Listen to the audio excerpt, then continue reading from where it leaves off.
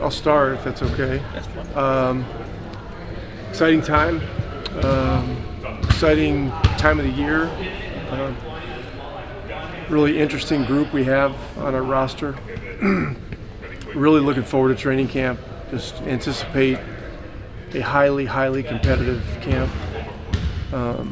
We've spent 2 solid years really in a true development mode, and we're going to keep an eye on development, but we're looking to take competitive steps. And so it's going to be hard. This is the NBA, and we had a meeting last night with the guys and told them to expect it to be hard and to embrace it being hard.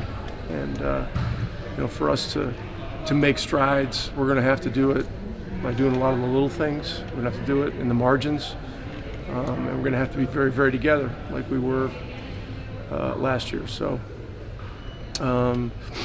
Buddy's situation, I just want to talk about it right up front. He'll be a free agent in the summer. He and I talk virtually every day about something. We've talked extensively about his situation. I know he's going to come in and compete. He's a guy that has the unique ability to compartmentalize external things because of his love and focus on the game. He lives in the gym. It's our hope that we can work out an agreement to have him here long term. But if it doesn't happen right away or whatever, that's okay.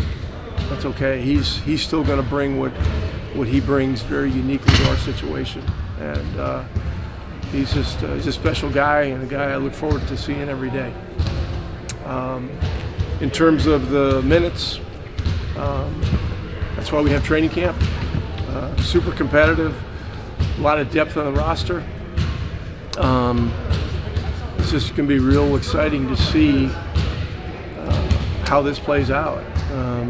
The players, I believe, will decide a great deal of what's going to happen in terms of who's starting, who's playing, all those kinds of things. Whatever happens, we've got a great developmental situation with Tom Hankins coaching our G League team.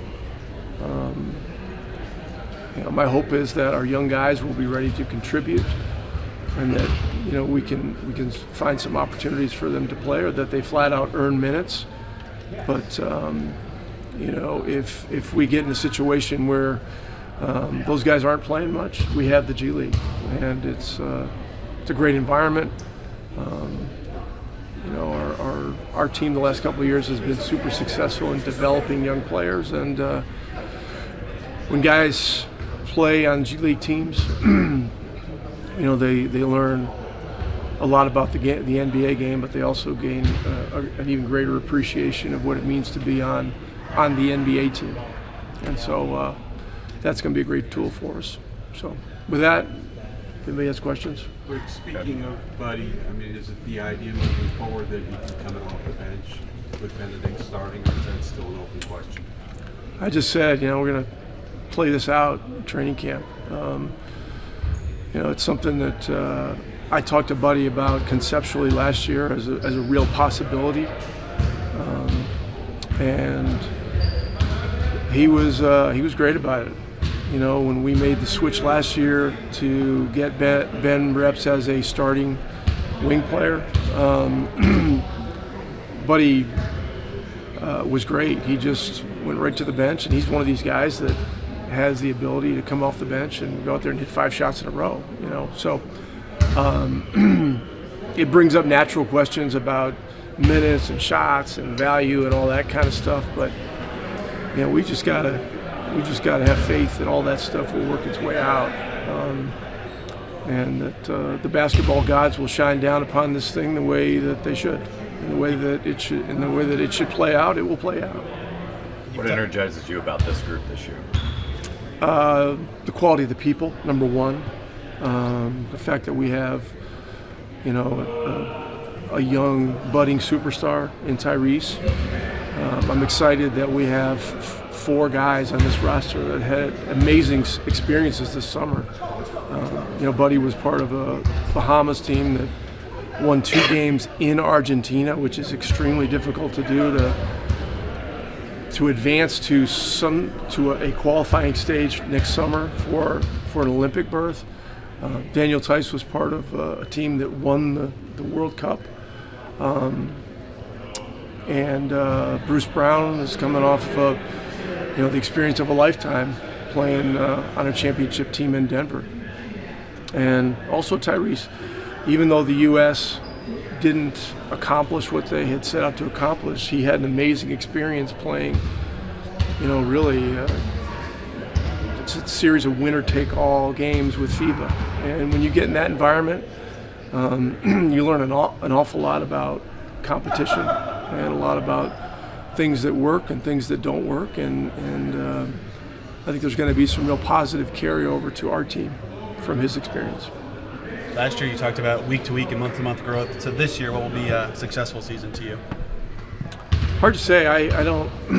I'm always very reluctant to throw numbers out there. Last year we were a team that was predicted to win 23 and a half games for the whole year, and we won 23 by game 41. And so you just don't know. And sometimes you can put a number on it that may create a ceiling for what may be possible beyond what people believe. So got to be day to day. Game 1 against Washington. Washington is a team that appears to be in an all-out rebuild, but I can promise you right now it's going to be a hard game. That's going to be a hard game. And so we're going to have to really be ready for that, and we're going to have to just go day by day and just keep putting one foot in front of the other and keep working to get better. So, the fact that the group over the last 4 days got together on their own and decided to go to Nashville for a players-only camp, is really a cool thing. It speaks to their closeness as a group and commitment to one another at this stage, and so that's a great thing that just happened, and it's a building block as we continue to build up to the dream of a championship. And I think in our situation here, you gotta dream big, but you can't fool yourself. You can't skip steps. You gotta do things the right way. You gotta make the appropriate jumps at the appropriate times, and really gotta work very hard internally to continue to develop from within. And so we've had great success doing it the last couple of years. A lot of guys have gotten a lot better, and we've got to continue in that vein. How did that come together, the Nashville camp? Where did they go? Why Nashville? And I guess tell us more about this. Why Nashville? Yeah. Why not? It's a bachelorette party capital of the world. No, but Aaron Neesmith went to Vanderbilt. He played for Jerry Stackhouse there, and my understanding is that they were able to have access to Vandy's facility, which is great. At least 2 of the 3 days, a group of guys went back at night and did a second session. So I'm very impressed. Some guys drove there, some guys flew there, but when they got there, they were together, and they were doing things with a purpose. And so that kind of thing is pretty cool. What kind of growth are you looking for from Tyrese as a leader of the team at such a young age? Is that something you're counseling him on as well as the play on the court? Well, Tyrese has such great natural leadership qualities. He's accountable. He's out front. He's an extremely hard worker. He's a connector on and off the floor. He had a lot to do with the Nashville thing, I'm sure. I think he and Bruce were the 2 guys that really were the guys that got everybody together. Hey, look, if you watch Team USA this summer, he was a consistent bright spot on that team. He played off the bench the entire time, and had a great vibe, had a great, approach to everything. And game after game, their second unit was a real highlight for their team. How do you improve this team defensively? Well, signing Bruce Brown was one important move. On NBA metrics, Bruce is a tier 1 NBA defender, and we've got some guys that are close to being tier 1 defenders that we've got to get there. This is just defense is partly strategy and partly just grit, and so we've got to, as a staff, we've got to dig deeper. We've got to make this an even bigger priority in year 3 of our staff being here. And it's the thing with rankings and so on and so forth. If we can take away an extra 3 or 4 points a game somehow, we can go from the bottom 5 in the league to somewhere in the top half. But that's hard to do. It's hard to do. It's hard to do over 82 games. But I love the challenge. We're going to embrace the challenge, and it's something that our guys understand is extremely important. Obviously, to your point, camp can take care of a lot of this stuff, but like you said, you add Bruce, you draft Jarris, and you guys have obviously put a lot of value on defense when it's come to personnel. But I mean, you could put together a really good lineup of defensive players, but they're not necessarily your most explosive offensive guys. What's important to you in terms of striking balances in your units, having guys that can really score, but also balance the guys that you have that you can really defend? There's no one on our team that doesn't have the ability to be better defensively. I've said this since really the beginning of training camp last year. Ben Mathurin has the ability to be a high-level two-way player in this league. He's made strides defensively, made strides this summer.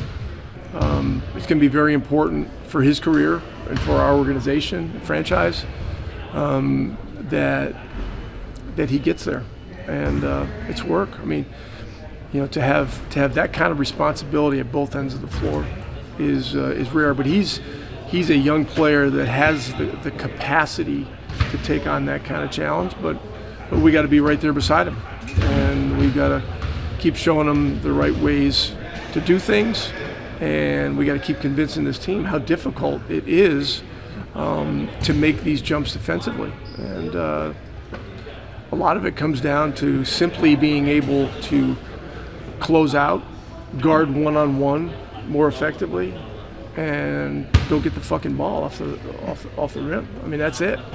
And so, we're looking forward to the challenge. The 4 preseason games that we have will be good for us. One other thing I want to mention is that the Fan Jam on the 14th, we're going to treat not like a typical Fan Jam. We're going to treat it like a real intra-squad game. We're going to have league-assigned officials. We have some G League officials that have been assigned to the game. We're going to wear real game uniforms, and we're gonna do this as a real game, not just a kind of a normal kind of fun kind of go out there and so this will be really essentially a 5th exhibition game for us. And so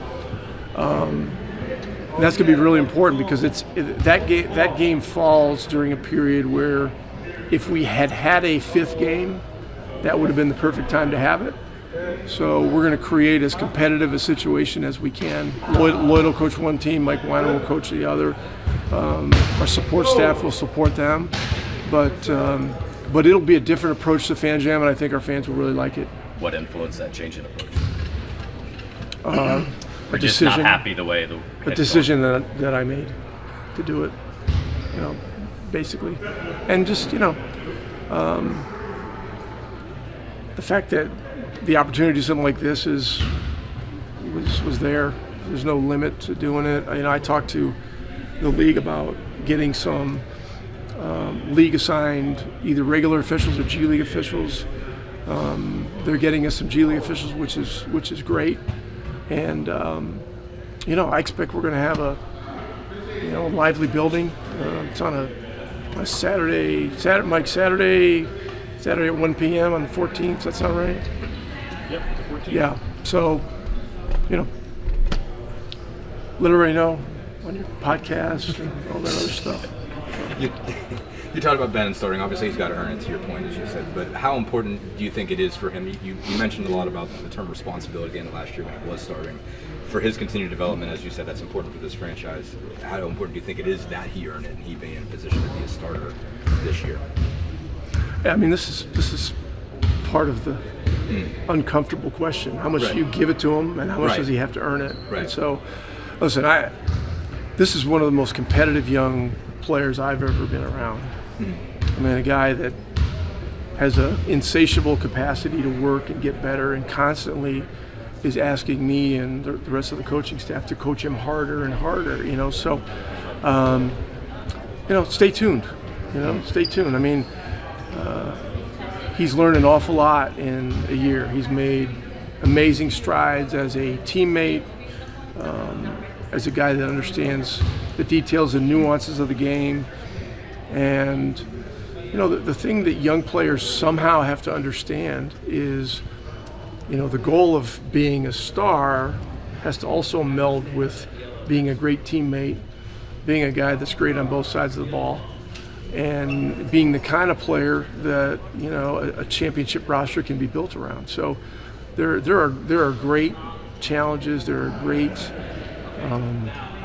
motivations for him and so many other guys on our team. Like, look at a guy like Toppin. I mean, he comes here, he gets traded here, and one of the other things that gets me really excited about this group is just how thrilled he is to be here, to be in this environment, to play with a guy like Tyrese. Aaron Neesmith has had an amazing experience here. Jalen Smith has had an amazing experience here. Indiana is a special place. This is a special place, a special basketball place. And Indiana in the fall, I mean, this is the best weather of the year here. I mean, if you can't get excited right now, I can't help you. Do you have a few More guys? as far as going into a season where camp can be this important, where you have kind of a lot of potential battles for wide open stuff, do you have a good analog for this in your career where you had a team? A good what? A good analog for this in your career, a previous season where you looked at camp this way, where there was sort of this much that was up for grabs, that there was this, I guess, much of many guys that were. Yeah, I mean, this is a bit of a rare situation. Right. We've got a roster full of exciting, young, talented guys on great contracts, and so there are a lot of decisions that are going to have to be made in the coming months. But right now, I mean, we laid it out last night at our team meeting that what we're going to need to be about, and there's the term that I like is competitive integrity. I mean, if you really want to be a championship teammate, you've got to do all the hard things. You've got to be a tenacious competitor defensively. You got to fight like hell competing against the guy you're directly competing with for minutes, and then you got to encourage him if he's playing ahead of you. So it's there's a lot to this. There's a lot to this, and we've got to keep teaching and preaching the important principles of high-level championship habits, because if we don't, if we don't convey this the right way, how are our guys going to know? Will you take it easy with any of the guys who did World Cup, or is that not necessary? That's a good question.